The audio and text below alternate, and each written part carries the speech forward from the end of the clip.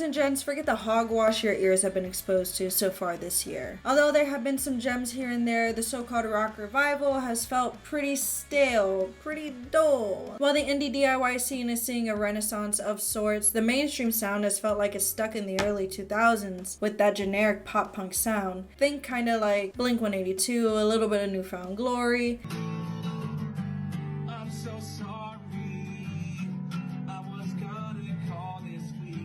That kind of sound that you're starting to hear everywhere. Every artist kind of jumping into the rock scene, that's typically the sound that they're gonna go with. And I'm not trying to sound bitter here. I liked MGK's first pop punk album, Tickets to My Downfall. I actually even added a couple songs to my playlist because I think they're good aux songs, you know, if I ever unexpectedly get aux. You don't want to kill the vibe with your friends and throw on some fucking hate breed or something. But it goes without saying that this album didn't do anything spectacular and it didn't reinvent the wheel. All this to say that I've been getting a little tired of it, to be honest. The same Travis Barker-esque beats, simple guitars, simple lyrics, and a little bit of electronic beats sprinkled in, and bam, you have a modern pop punk song. But at the same time, I'm not saying there aren't phenomenal newer artists. There are a ton of artists that have been around in the scene that are finally starting to get some recognition, and good for them. But by no means are we talking on the same kind of level with headlining arena tours. I wish I was the case, but it's just not.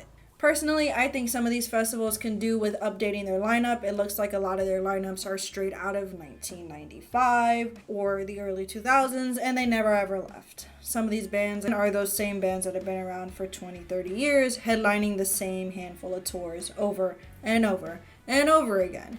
Did I ever tell you what the definition of insanity is? Well, there's younger artists that are actually good that can do with some limelight, and we could do with some rock stars that are in their 20s. When was the last time we saw that, you know?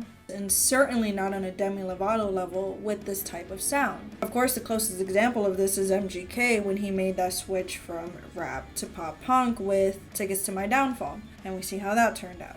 I don't know if I'm going to keep this cut, but if I did, I got a little sidetracked there. Let's get back to the subject of the video. Holy fuck. In January of this year, Demi Lovato posted on Instagram that it was a funeral for her pop music. Dressed in all black and candlelit, it gave off goth day vibes, and if you're familiar with her work, you knew this album was going to be a treat. She has an absolute powerhouse of a voice. Like, just take a look at this list of bangers we got here. Camp Rock! Camp Rock! Camp Rock! And don't forget about Camp Rock. If you're not familiar with Camp Rock, it is a Disney original movie and musical.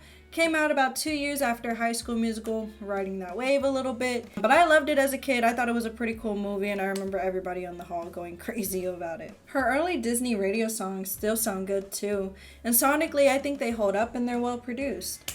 And if you look back, that was kind of a glimpse into the music that she wanted to make. She had the most free reign when it came to the Disney radio stuff and making that music, and it of course has that pop punk sound, but PG rated of course. Going into this album, about the only thing I expected was that the production would be well done and the vocal performance would be killer. But other than that, I didn't really have any expectations going into it. I am familiar with Demi's love for, the emo genre, but what really shocked me in doing research for this video is her love for the metalcore and even satanic black metal type genres. That's hardcore as fuck. I hadn't listened to her since I was 13 though, besides the radio hits. Demi is a powerhouse of a vocalist. In my opinion, she's the best that's come out of Disney so far. I've personally just been listening to some heavier music lately and just had an itch for that deeper, sludgier tone. So I was shocked by how much this album scratched that itch.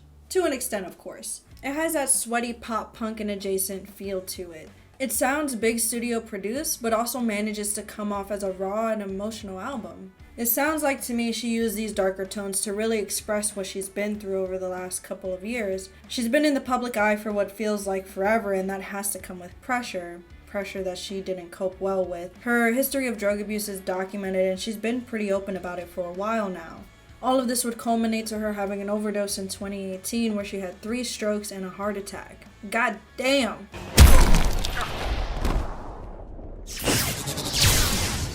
The 2 songs on the album that kind of address it the most directly, I think in my opinion, is Skin in My Teeth. It's one of the actual singles for the album as well. It's well produced, it has those pop punk elements, but also a good solid hook, which is key to any song getting mainstream success. However, it does come across as genuine, being about her drug abuse and getting, through her overdose by the skin of her teeth. Substance is another single from the album that covers, again, drug abuse, with cheeky wordplay like, am I the only one looking for substance? It has a solid hook, and again, I can see why this song was a single pick for the album and has that mass appeal. It shouldn't be a shock that this album debuted at number 1 on the alternative and top rock charts, as well as number 7 on the Billboard Top 200. At least Demi branches out into different directions in the album and doesn't stick to the same old sound, experimenting with goth and hard rock, as well as a little bit of industrial in there as well. At least that's what stuck out to me personally. It was nice to see her dive in head first and experiment, and she does it well. Here are some of the songs that stuck out to me the most on the album. We'll start with the title track, Holy Fuck Itself. Those down-tuned guitars really stood out to me the most and gave me that goth rock feel, almost like a bit of a Type O feel. It has that heavy religious imagery, so maybe that's helping me make the connection to Type O with that goth rock feel, but that's just what I was getting from it. It's a very sensual song. Eat Me. It's a bit synthy, but the guitars are low and grinding and kind of build up until it explodes at the chorus with that power punk sound. This is the anthem of self-acceptance on this album, and I think it resonates a lot with Demi's story, very publicly switching their pronouns to they, them, and then again to she, them, I think, or she, they, one of the two. Royal the Serpent is a feature on this song as well, and I think they kill it. And lastly, as a woman, I understand the expectations, and I think that's why this song resonates with me personally. This album has features sprinkled throughout, including everyone's favorite industry plant, Young Blood. He's on the album Opener Freak with thick guitars that follow a carnival-type cadence that then explodes to what sounds like a little bit of glam rock, in my opinion. 29 is clearly about Handy Manny, Wilmer Valderrama, I think. Anyway. He was 29 at the start of their relationship while Demi was only 17, which is a little FBI, open up! sus, if you ask me. Sound-wise, it has that friendly rock sound that you can easily hear on the radio. I'm not going to do a full track-by-track analysis, but you get the point. I mostly just wanted to point out that this album is actually pretty banger for what it is, and I think it's the beating heart of the rock revival at the moment, if you ask me. Lately, it was looking a little stale on the mainstream side of things, but I think this album has done a great job in terms of really exploring a lot of different sounds. And for being Demi's first album in this genre, completely, I think it was great. And I personally rated a 6.6.